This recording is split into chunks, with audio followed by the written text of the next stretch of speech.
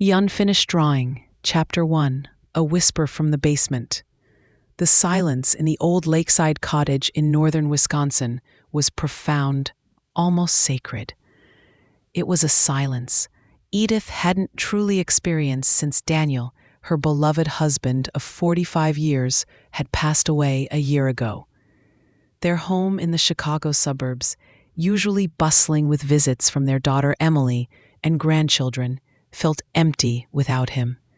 Coming to the cottage, their summer sanctuary, was meant to be a balm, a way to process grief, and perhaps to decide its fate. Sell it? Keep it?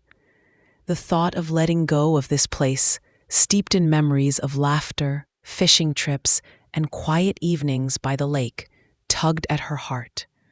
Edith, at 68, was a woman of practicality.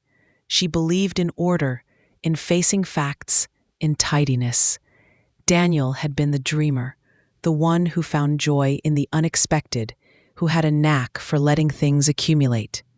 Now, it was her task to sort through their shared life, to categorize, to discard, to remember. She started in the basement, a cavernous space smelling of damp earth, old wood, and forgotten summers. Boxes upon boxes, filled with relics from their children's youth, forgotten tools, Daniel's fishing gear. Emily had offered to help, but Edith had gently declined. This was a journey she needed to make alone. Hours melted away as she sifted through the dust and shadows.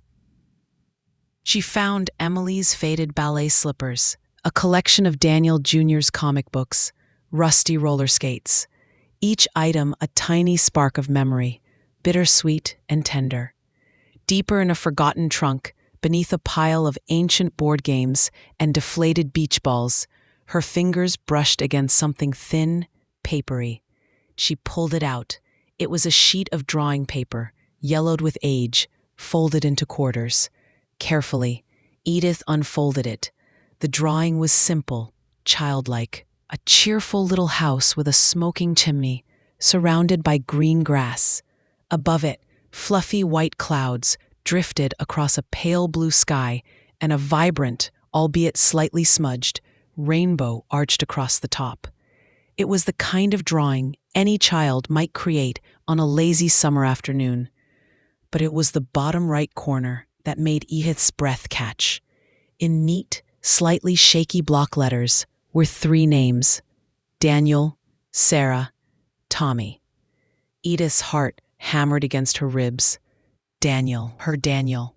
The script was unmistakably his, even in its childish form. She knew so little about his early childhood, especially his summers at this very cottage before they met. He rarely spoke of it, a quiet reserve she had always attributed to his naturally calm demeanor. But Sarah and Tommy? She had never, not once in all their years together, heard him mention those names. Who were they? Why were they on a drawing with her husband? As she stared at the names, her gaze drifted slightly above them. Scrawled hastily in pencil, almost as an afterthought, were 2 more words, barely legible, like a whisper from the past. Don't forget us. A shiver ran down Edith's spine, despite the warmth of the summer day. The innocent drawing suddenly felt unsettling. The rainbow, she noticed, wasn't quite complete. It seemed to abruptly stop before reaching the ground. The cheerful house now seemed isolated, and those words, "Don't forget us," they clung to the air, heavy with unspoken meaning. Edith, usually so composed, felt a strange knot tighten in her stomach. This wasn't just a nostalgic discovery. This was a mystery, a fragment of her beloved husband's past she knew nothing about, a secret, perhaps, he had carried all his life. The drawing felt unfinished, just like the story it hinted at. She clutched the paper, her practical nature momentarily forgotten, replaced by an urgent, almost desperate need to understand. The quiet cottage, usually a place of comfort, now felt like it held a hidden breath, waiting for her to uncover its long-held secret. Chapter 2: Echoes in the Attic. The drawing became a constant companion for Edith. She carried it with her from the basement, placing it carefully on the antique desk in the living room, where the afternoon light bathed it in a soft, ethereal glow. Every time she looked at it, the question nagged at her: Sarah and Tommy. Who were they? Why had Daniel never spoken of them? And what did "don't forget us" truly mean? Her initial attempts to find answers were frustrating. She meticulously went through every old photograph album in the cottage. Most were from their life together, snapshots of family vacations, birthdays, and holidays with Emily and Daniel Jr. But tucked away in a dusty, unmarked box, she found an album filled with much older, faded black and white photos. These were from Daniel's childhood.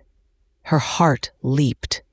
There he was, a smiling, chubby-cheeked little boy, looking almost identical to Daniel Jr. at that age.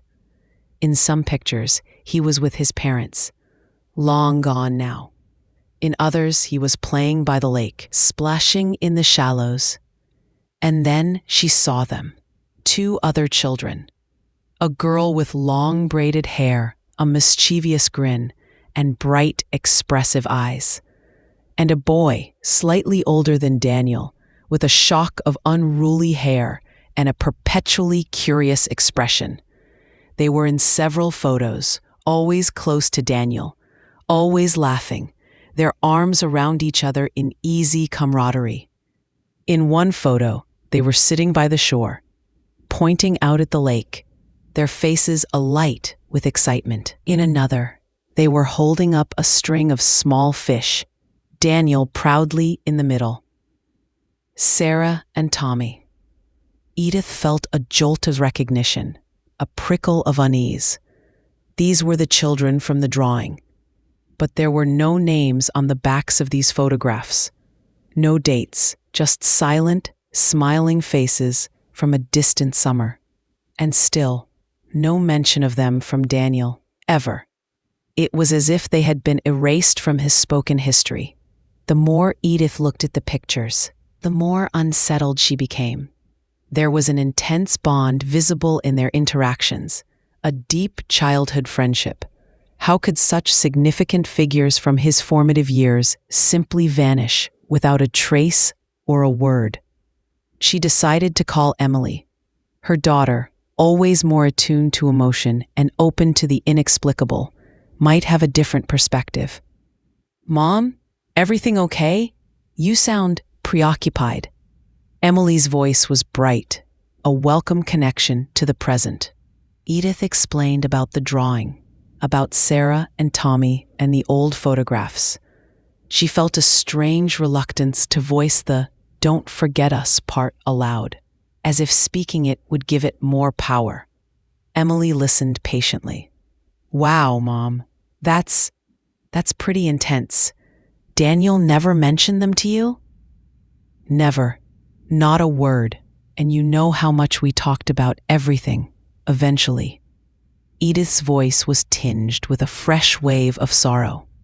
The idea that Daniel had kept such a significant part of his life hidden from her, even in their intimate bond, was disquieting.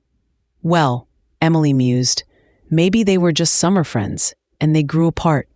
Happens all the time. But the drawing, Em, and those words, it feels unfinished, like there's more to it. "You know, Mom, sometimes old family friends can be a wealth of information," Emily suggested. "What about the old folks in town, the ones who've lived there forever?" "Near the lake?" Edith considered this. There was an old historical society and library in the small town of Cedar Lake, just a few miles from the cottage. She'd seen it, but never truly visited. Daniel, despite his love for history, had always steered clear of the local archives. Perhaps there was a reason. The next morning, armed with the drawing and a handful of the oldest photographs, Edith drove into Cedar Lake. The town was sleepy, charming, frozen in a time capsule of quaint shops and quiet streets. The Historical Society and Public Library was housed in a beautifully preserved old stone building, its air thick with the scent of old paper and hushed stories. Inside, she found a man behind the counter, bent over a large, leather-bound ledger. He was old, probably her age or older, with thinning white hair and spectacles perched on the end of his nose. "Good morning," Edith began. "I'm Edith Miller. My husband, Daniel Miller, owned the cottage on Elm Lane, near the lake.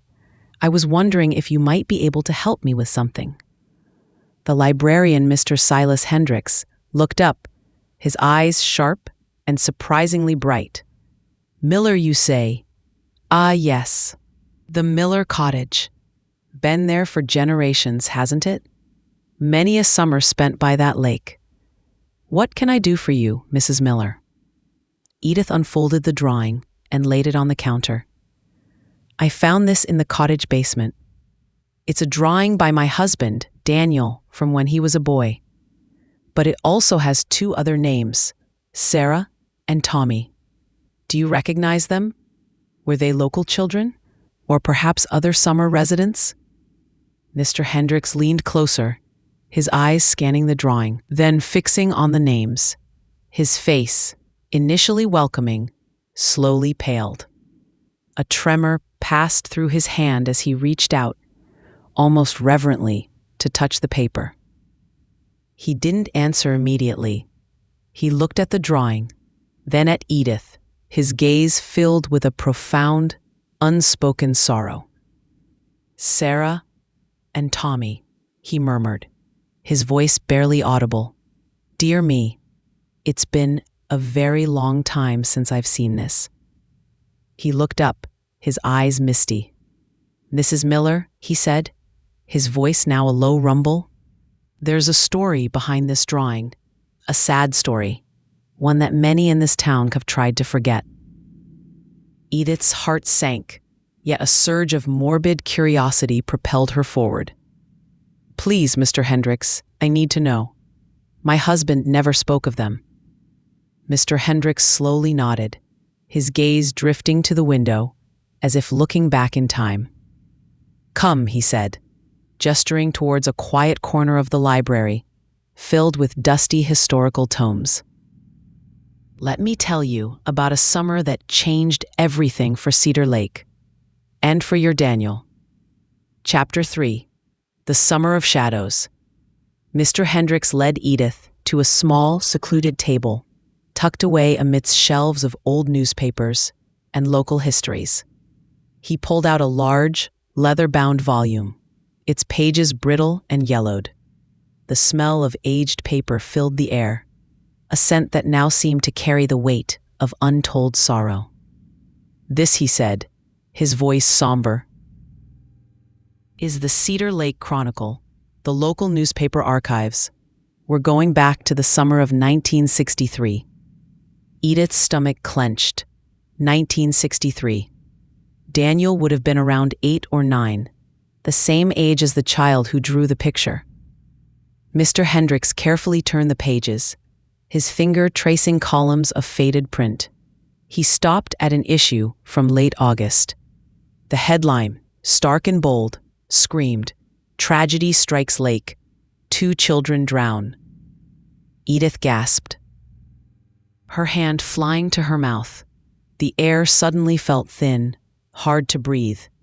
Drowned? Sarah and Tommy? Mr. Hendricks' voice was soft, compassionate. "It was a beautiful summer, Mrs. Miller. Warm, endless days. The lake was vibrant with families, children laughing and playing. Daniel, Sarah Peterson, and Tommy O'Malley. They were inseparable. Best friends. Sarah's family rented the cottage, 2 doors down from yours, every summer.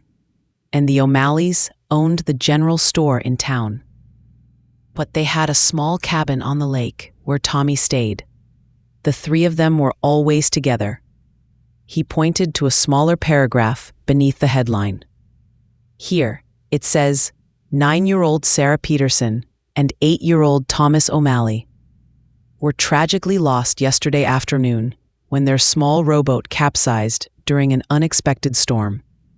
Local authorities conducted an extensive search, but their bodies were recovered late last night. Young Daniel Miller, aged 8, was the only survivor, who was also in the boat, managed to cling to the overturned vessel, and was rescued hours later, suffering from hypothermia and shock. Edith's vision blurred. Daniel, her Daniel, he had been there. He had survived.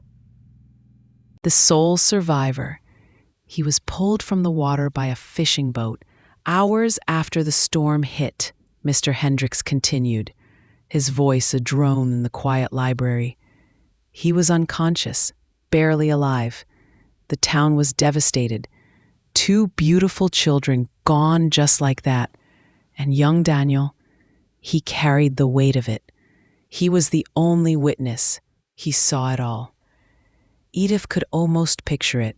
The sudden squall, the frantic struggle in the churning water, the terrifying loss. She imagined Daniel, a terrified child, clinging to the overturned boat, watching his friends disappear beneath the waves.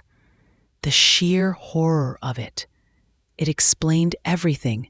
The silence, the unspoken past, the uncompleted drawing. His parents, Mr. Hendricks said, his voice tinged with understanding. They tried to protect him. They never let him talk about it. They thought if they buried the memory, he could move on. They moved to Summers away from the lake for a few years after that, but they always returned to the cottage eventually. Some say Daniel was always drawn back here like a moth to a flame. He never stopped coming, even when he was older.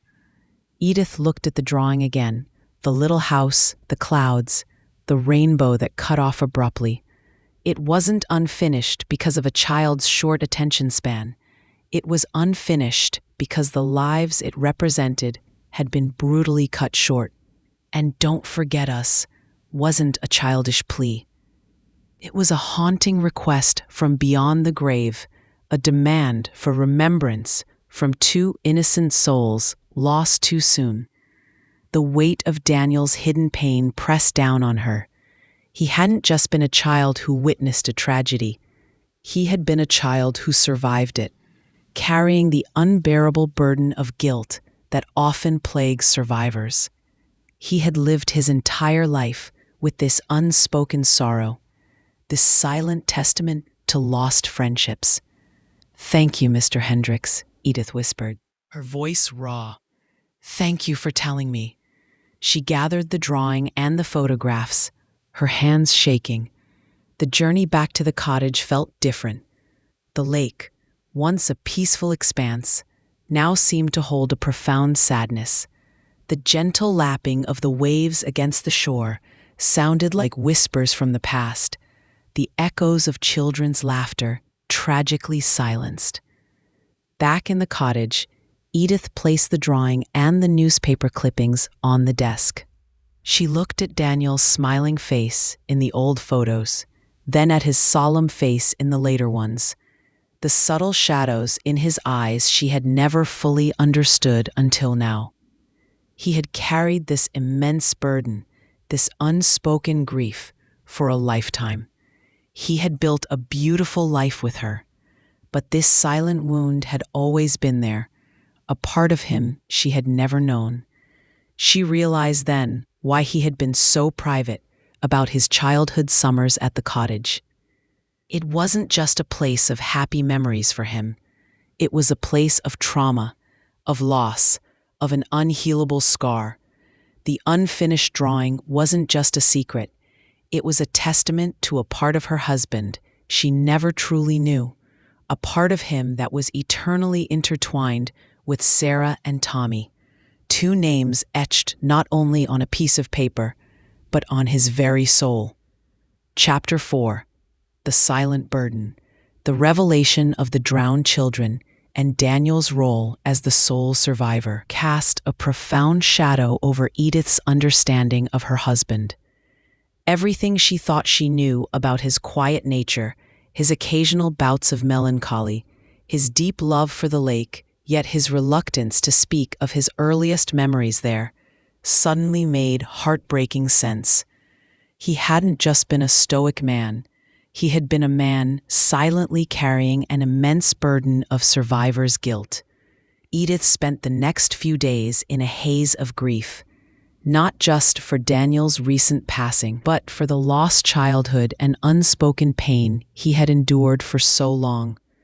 She found herself drifting through the cottage, touching the worn furniture, looking at the familiar objects, now seeing them through the lens of this new, terrible knowledge. She imagined a young Daniel, traumatized and silent, returning to this very cottage after the tragedy, forever changed. She felt a desperate need to find out more, not just about the accident, but about Daniel's life immediately afterward. How did a child process such a horror? How did he cope? The newspaper articles had been brief, factual. They didn't capture the human cost. Edith recalled Mr. Hendricks mentioning that the Peterson family, Sarah's family, had rented the cottage 2 doors down. She wondered if anyone from that era was still around. The cottages on the lake tended to stay within families for generations, or were sold to new summer residents. She walked down the dusty lane, the familiar scent of pine and lake water filling the air. The cottage 2 doors down was old, well-maintained, but clearly empty for the season. Next door, however, a car was parked in the driveway and curtains were open. She hesitated for a moment, then walked up the small porch steps and knocked gently on the screen door. A woman, slightly older than Edith, with bright, inquisitive eyes and silver hair pulled back in a neat bun, answered. "Can I help you, dear?" she asked, her voice kind. "Hello," Edith said, feeling a little awkward. "My name is Edith Miller. I own the cottage 2 doors down. My husband, Daniel Miller, recently passed away." The woman's eyes softened. "Oh, I'm so sorry to hear that. Daniel, he was such a lovely man, always so quiet. I'm Amelia Henderson. My family has owned this cottage since the 1950s. "Amelia," Edith began, her voice gaining confidence, "I was hoping you might be able to help me. I found an old drawing in my basement, and it has Daniel's name and 2 others, Sarah and Tommy. Mr. Hendricks at the library told me about the accident in 1963. Amelia's face clouded over, her eyes distant. "Oh dear, that summer. It was a terrible, terrible time. The whole town mourned. Those poor children." She looked at Edith with a sympathetic gaze. "So Daniel finally told you?" "No," Edith said, her voice heavy. "He never did. I found it and researched it." Amelia sighed, gesturing for Edith to come in. "Come in, dear. Let's sit. It's a story I haven't spoken of in years, but perhaps it's time."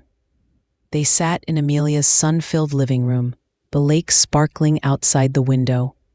Amelia spoke softly, her voice filled with a quiet sadness as she recounted her memories of that fateful summer. Sarah Peterson was a spirited girl, full of laughter, Amelia recalled, and Tommy O'Malley, a little imp, always getting into mischief.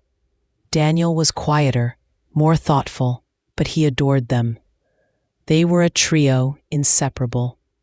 Every morning, they'd be off, exploring the woods, fishing, building forts. Their parents trusted them completely. No one could have predicted that storm. Amelia's voice trembled slightly. "I remember the day it happened. The sky turned dark so fast. The winds howled. We were all huddled inside our cottages, terrified. Then the sirens started, the search parties, the quiet despair that settled over the lake when they found the boat overturned. And then hours later, when they pulled Daniel out, he was barely alive, just a little boy clinging to that boat, shivering, unconscious. She paused, her gaze fixed on the lake. When he recovered, he wasn't the same. The laughter was gone from his eyes. He wouldn't speak of it. His parents, bless their hearts, they truly believed that by not talking about it, they were protecting him. But I always thought it just festered inside him. He came back to the cottage every summer after that, but he was always searching, like he was looking for something he'd lost in the lake. Searching for what? Edith asked, her voice barely a whisper. Amelia shook her head. I don't know. For them, maybe. For peace. He'd spend hours by the shore, just staring out at the water. Sometimes he'd go out in a rowboat, always alone. I always thought he was trying to face it, whatever demons he carried. Edith felt a profound ache in her chest. All those years, Daniel had carried this immense weight, this unprocessed trauma. She remembered him sitting by the lake, sometimes for hours, his gaze distant. She had always thought he was simply contemplating, enjoying the quiet. Now she knew. He was reliving the most horrific moment of his life, silently battling the echoes of that summer. As Edith left Amelia's cottage, the lake seemed to mirror her own sorrow. The surface, usually sparkling, now appeared to hold the reflection of Daniel's unspoken burden, the silent pain he had carried so bravely and so alone for a lifetime. The unfinished drawing wasn't just a simple childhood artifact. It was the raw, unhealed wound of a man she thought she knew completely.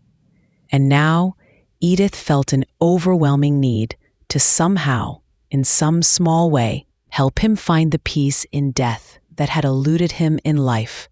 Chapter 5. The Hidden Canvas. Edith returned to the cottage, the weight of Amelia's words settling heavily upon her. Daniel's quiet contemplations by the lake, his occasional withdrawn moments, they were all pieces of a puzzle she was only now beginning to understand.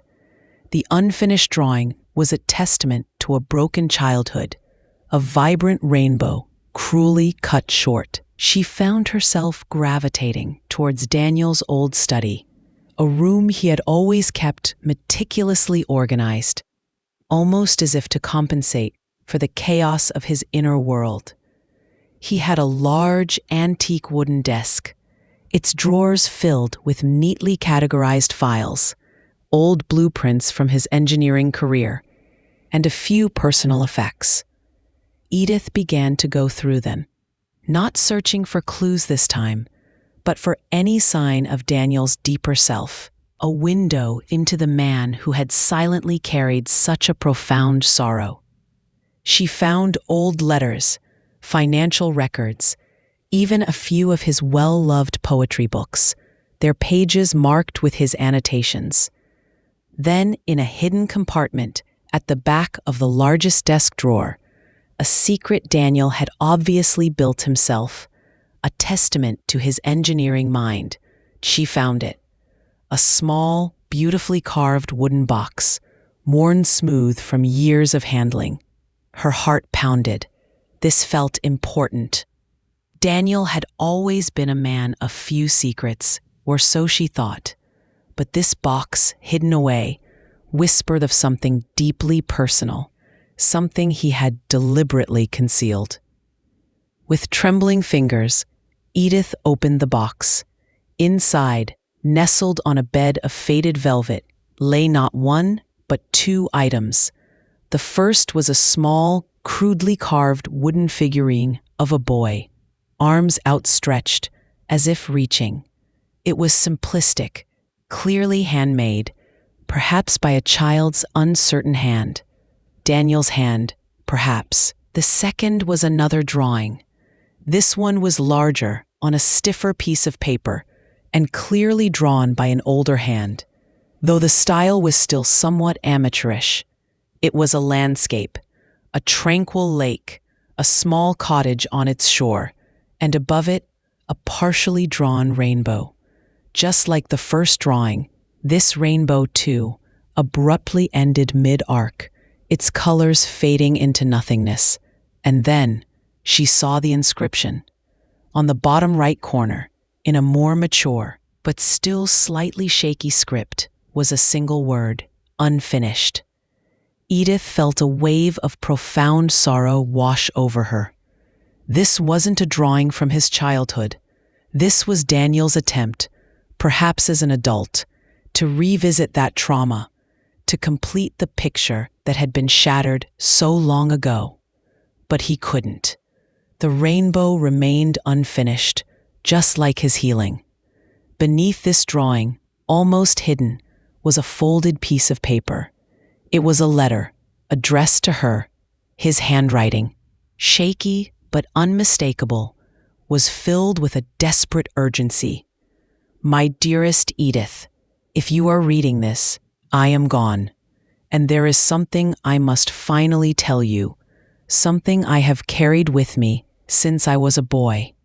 A burden, a secret. I have tried so many times to speak of it, to explain, but the words, they always catch in my throat.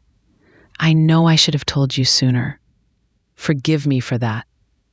The drawing you may find, the one with Sarah and Tommy, they were my best friends. We were on the lake that day, August 22nd, 1963. A storm came out of nowhere. We capsized. I was the only one who made it. I clung to the boat for hours, listening to their cries, calling out their names, but they were gone. I saw them disappear beneath the waves. Every summer, I come back to this lake, to this cottage, hoping to find some peace, some closure. I see them sometimes, in the reflections on the water, in the shadows in the woods. They ask me not to forget them, and I never have.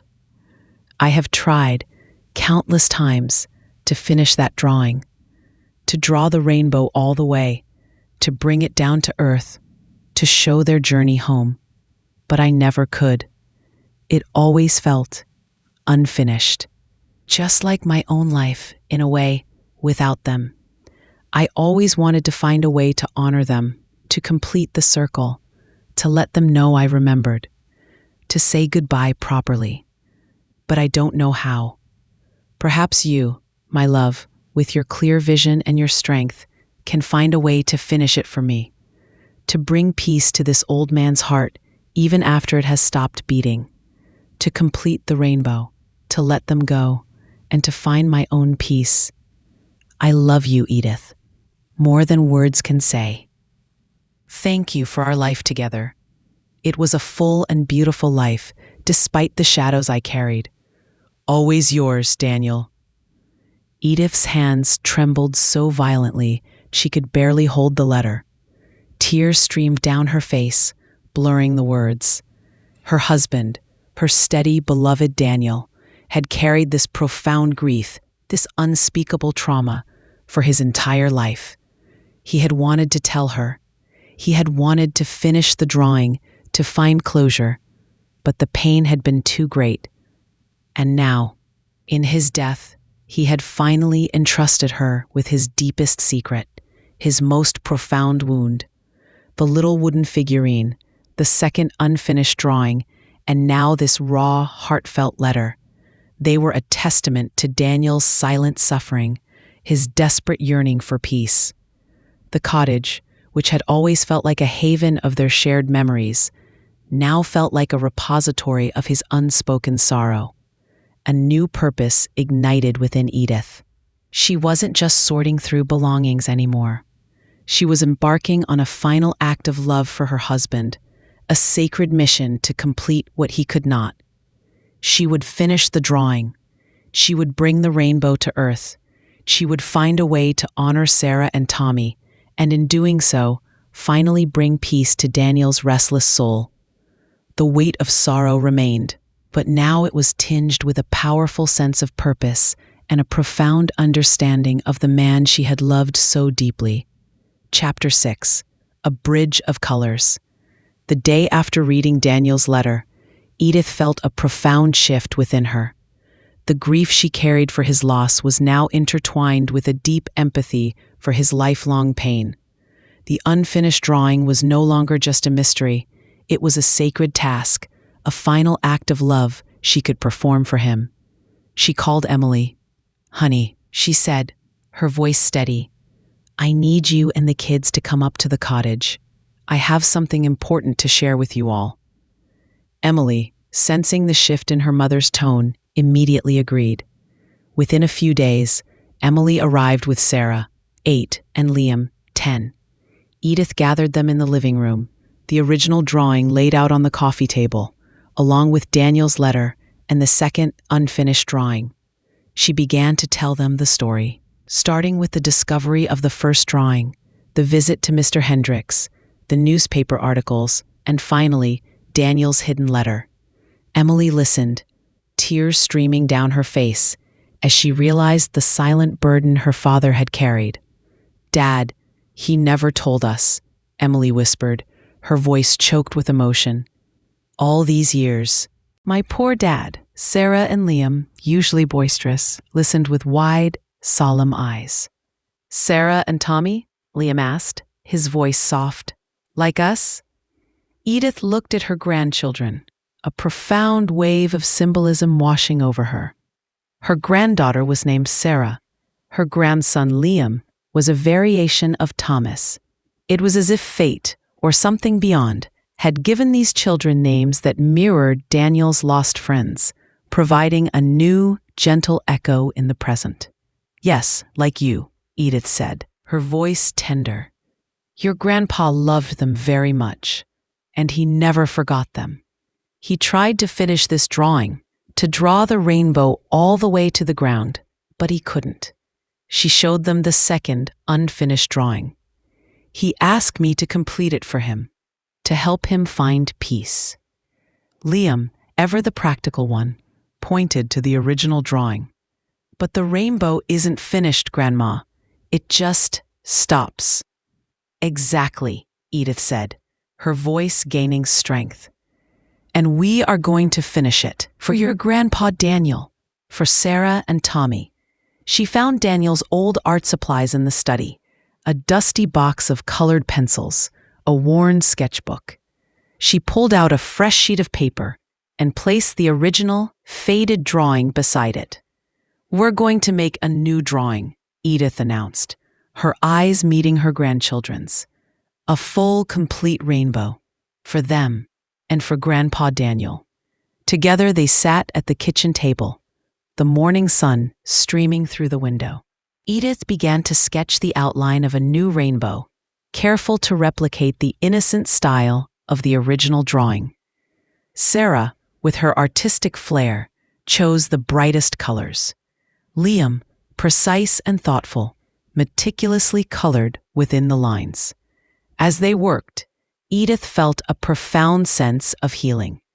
Each stroke of the pencil, each vibrant color, felt like a stitch mending a torn fabric. She told Sarah and Liam stories about young Daniel, the anecdotes she remembered, but now infused with a deeper understanding of the boy who had survived a tragedy.